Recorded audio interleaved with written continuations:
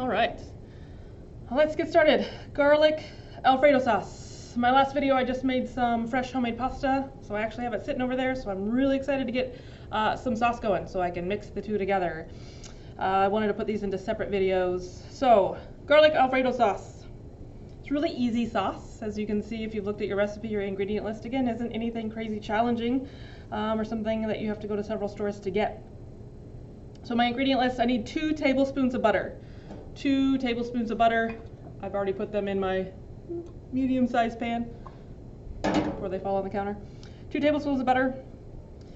I'm going to do 3 to 4 garlic cloves minced or into a fine paste. 3 to 4 garlic cloves, that's depending on size. It's also depending on maybe you want things less garlicky, maybe go with 2, maybe you have 2 bigger ones. I'll show you what I have selected here. I need 1.5 cups of heavy cream. I need 3/4 of a cup of Parmesan grated. And I just have like shredded, grated Parmesan, just got in the bag, just the Winco bag there. I need juice of half a lemon, or if we need some amounts to it, I'm gonna start with 1.5 teaspoons. Lemons come in all different sizes. Lemons can be juicier or drier than other ones. So for amount purposes to be a little bit more specific, I'm going to start with 1.5 teaspoons of lemon juice. But I have juiced half a lemon, and it looks like it's a lot more than 1.5 teaspoons. And then my ground nutmeg is going to be a pinch. And my salt and pepper is TT to taste. We've talked about that. So mise en place, as always, right? I've got everything set out. I've got my lemon that's already juiced, and I've got some other things measured out, and equipment, and blah, blah. All those lovely things that we want to be ready to go with. But my only knife work that I need is my garlic. So I'm doing 4 garlic cloves. I went ahead and cleaned those guys up. So remembering that we can kind of smash that to get the paper a little bit looser, cut off the end that's really, really tough.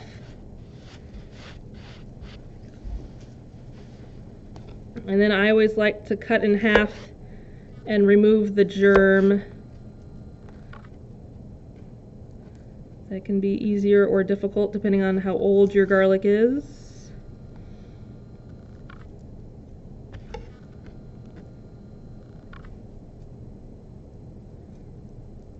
Definitely use like a paring knife if you're more comfortable using a paring knife, kind of digging into there to get that out. But definitely the tip of my knife just kind of fits in there nicely to kind of help pry it apart.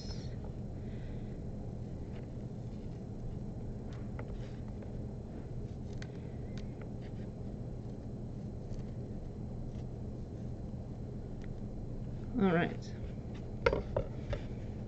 So it says that I want my garlic minced or into a fine paste. I really like to do this into a fine paste because I like that great garlic flavor in my Alfredo sauce, but I do not like chunks of garlic in there. That's just my personal preference. So, cutting board right up to the edge of the counter.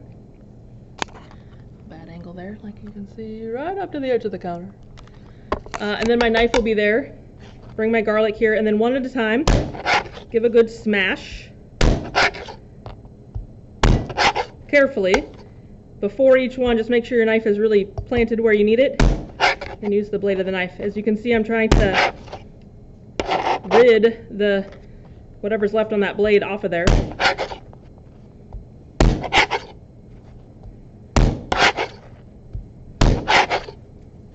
So now they're all smashed, I'll give them a quick chop before I put them into a fine paste. So I think I've done this once before in another demo where I made this into a fine paste, where I use the blade of my knife to kind of mush everything. So remember, cutting boards to the edge, my knife is to the edge. I have everything kind of in like a line. It's not like super perfect. I just don't want everything in a ball or in a vertical line. It's parallel to how my knife is.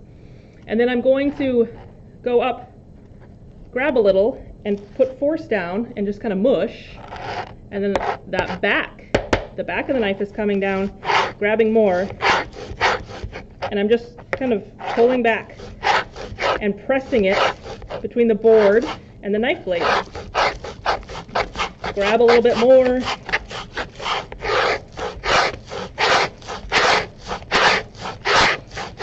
And then once you've gotten it kind of in there, it gets really, really soft, and you can kind of run it through a few times. It's helpful if this side of the knife is dry and your fingers are dry. Garlic tends to have a little bit of a sticky touch to it once it kind of dries, but you'll have more stability if your hands are dry, and then if your knife is dry as well. Then I can use the back of my knife, and then I pick all of that up. So the back of my knife, and then now it's all up here. I'd say that's probably a tablespoon.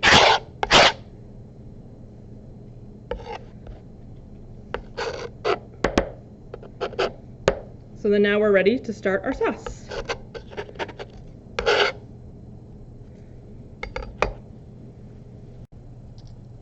Okie doke, we're ready for some heat. So my first steps here, it says in a medium sauce pot, over medium heat, melt the butter and wait till it gets a little foamy. So your first blink is foamy. I just have a nice medium-sized pot here. My 2 tablespoons of butter are going to gently melt over medium heat. Notice I did not preheat my pan. I'm not going to let my butter burn and get too hot. Those are other key things. I don't want to turn the heat on the pan and let it get hot so then when the butter goes in it sizzles. I don't want that. It's usually going to be too hot. So just a little bit of patience. Let the butter melt slowly. Patience is a key ingredient in cooking. So I want to let this get a little foamy, and then it's also I'm gonna hear a little kind of sizzle happening too. So a little bit of a sizzle, letting it get foamy when I see kind of little white foam coming.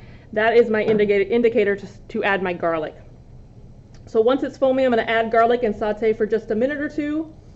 Don't let the garlic get brown. So my second blink is brown. I can always turn my heat down. Remember, I can control that heat.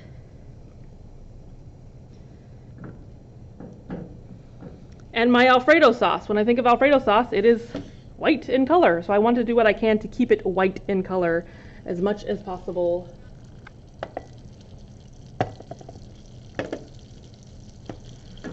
All right, so you can see a little bit of white color forming here and a little bit of foam. Maybe you can hear that gentle sizzle.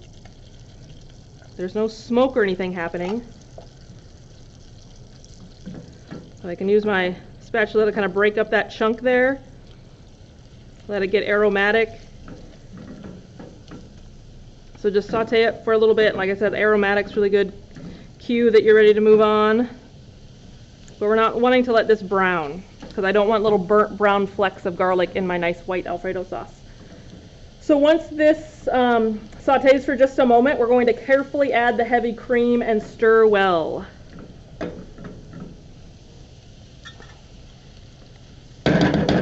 So I think now is a good time to add that.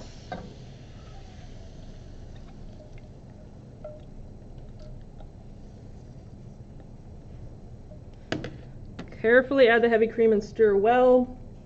We can turn heat down if it is bubbling. So my third blank is down. I can turn the heat down. So now that I have cream in here and I have butter, so I just have a lot of dairy product and some garlic, I want to be careful that I'm not going to boil this and I'm not going to scorch it. Usually when a dairy product comes to a boil, it tends to do the volcano thing where it just kind of rapidly comes to a boil, spills over the edge, makes a big old mess everywhere.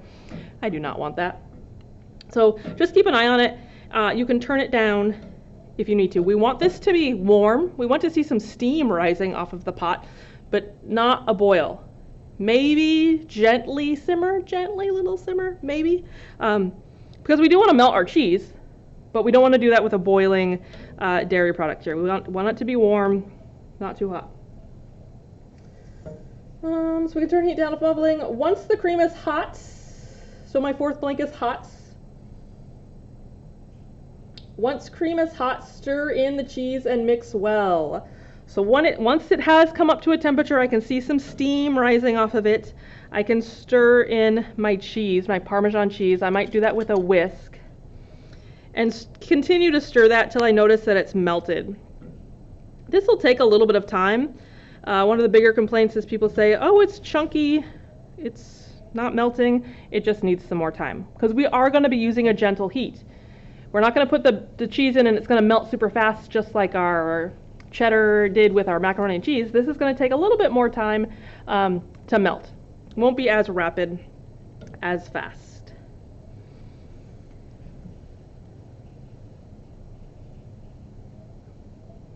And then the other thing that's interesting about this sauce, as we talked about sauces, and we talked a little bit, I just mentioned my macaroni and cheese. We talked about sauces, we used a roux to thicken our sauce. This has no roux, this has no flour, it has butter, but it has no flour. So what the heck is making it thick? When we're done, we're gonna have a thick Alfredo sauce. Well, what's doing that? Our cheese, once it melts, it's gonna start kind of acting as a thickener, but the heavy cream will do that as well. When the cream starts to heat and just reduce a little bit, it starts to act as a thickener. And then those two things combined, that cheese that's melting and the heavy cream, will have a nice thick sauce. And again, we had no roux to get us there. See little bubbles coming off the sides here. Might be ready for cheese here shortly. Like I said, if you can see steam kind of rising off the pot, it's a good indicator. Again, nice gentle heat. It's going to take a little bit of time.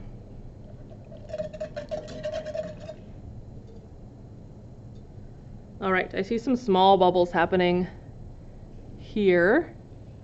So I'm going to go ahead and add my cheese. And I can add it all at once because this is going to take a little bit of time to melt.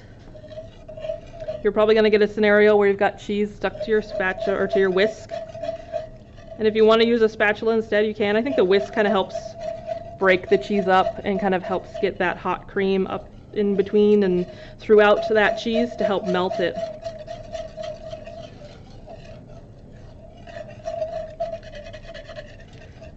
And then we do want to make sure that the cheese is all melted before we move on to our kind of finishing steps or our flavoring components here with our lemon juice, our nutmeg, our salt and pepper.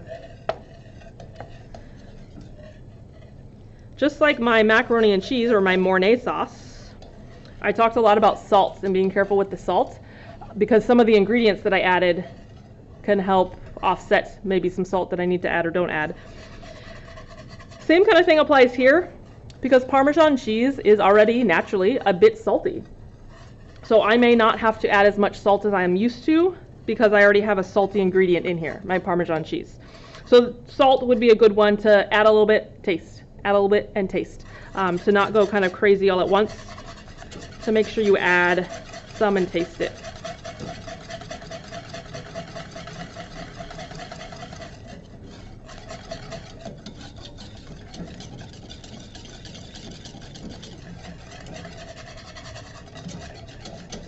You can already see it getting thicker. It's sticking to the sides of the pot. That's a good sign. If you're worried about it sticking, I hung onto my spatula, so you can use your spatula to kind of help scrape the bottoms and the sides if you're worried about it sticking. If that's a huge concern, I would turn the heat down, but this is a nice, gentle heat. Steam is rising. I can see every now and then some small bubbles off just the side here, and that's okay. I'm sure if I were to like walk away from this, it would come to a full-on simmer, and I don't want that. I want to keep my eyes on this.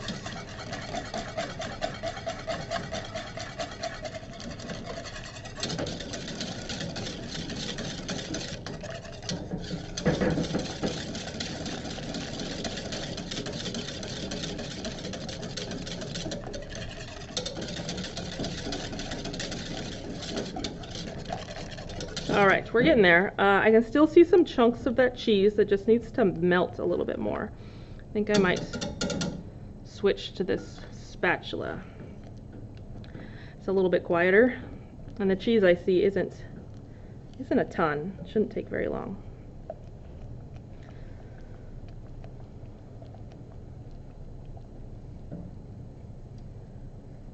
So we've got our cheese, it's melting, and then once it has melted, we can add the rest of our ingredients. So the rest of our ingredients, we would have our lemon juice, our pinch of nutmeg, our salt and pepper.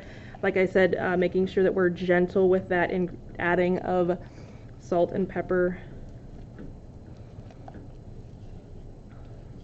If this was that pre-shredded Parmesan that I got in the bag, like I said at Winco, if you were to use like the wedge of Parmesan and grate it yourself, this melting process is probably going to be very, very quick, which would just speed things up, so it'd be nice.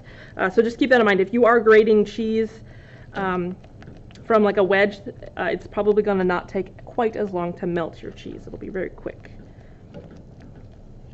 All right, I'm going to turn my heat down, getting a few more bubbles than I'd like, and I'm ready to start adding my flavoring things so I can kind of focus on that versus stirring all the time. So my lemon juice, remember that was 1.5 teaspoons to start. I've got plenty left over if I need to add more. Pinch of salt,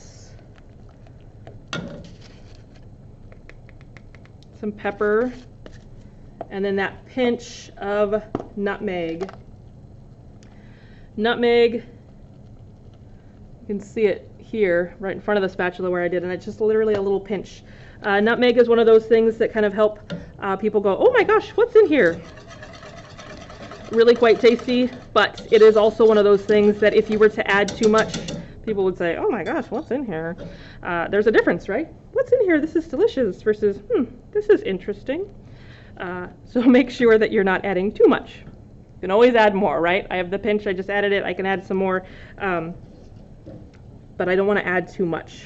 Kind of have a different flavor profile. So my last blank, we've talked about this a lot before, that I want to adjust seasoning, so make sure we're tasting it.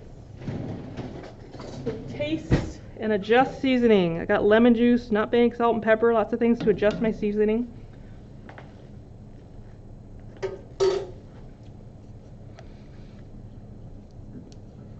It's garlicky, it is cheesy, it is delicious. I have my pasta, like I said, from my last video here, so I can easily just add my pasta into this dish, and now I have a pasta and Alfredo dish all ready to go. Pretty simple.